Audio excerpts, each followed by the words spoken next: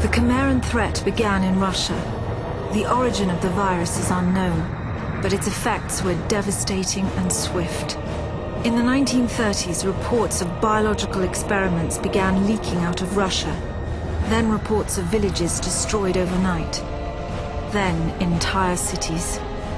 We feared the Russians had developed a weapon of unparalleled power. The truth was far worse.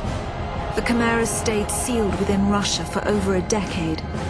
Then, in 1949, they launched an attack that overwhelmed all of Europe in a matter of weeks.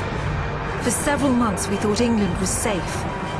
But in October of 1950, the Chimera burrowed under the Channel. We had prepared for them, but in 3 months' time, the war was lost. We abandoned the cities to the Chimera and retreated to scattered military bases and outposts. The Chimera had won.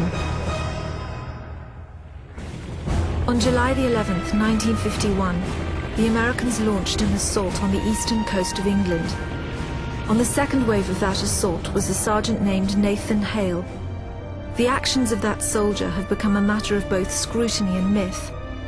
What follows are the known events of his life, from July 11th to July the 14th, the day he was last seen.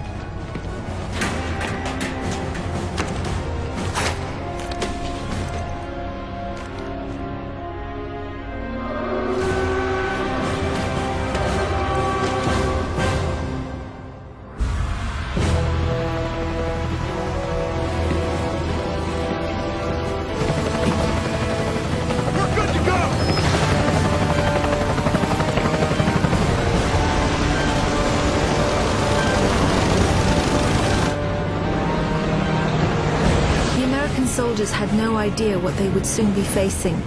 The US government had sealed its borders in 1950. Radio waves and newspapers became state property.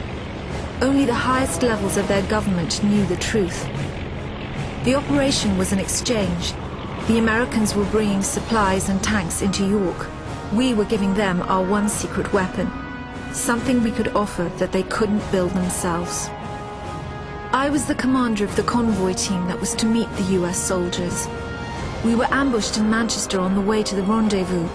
There was no way to warn the Americans. They were on their own in York, fighting an enemy they knew nothing about. We never learnt exactly what happened there. All we know is that Nathan Hale was the sole survivor. Go!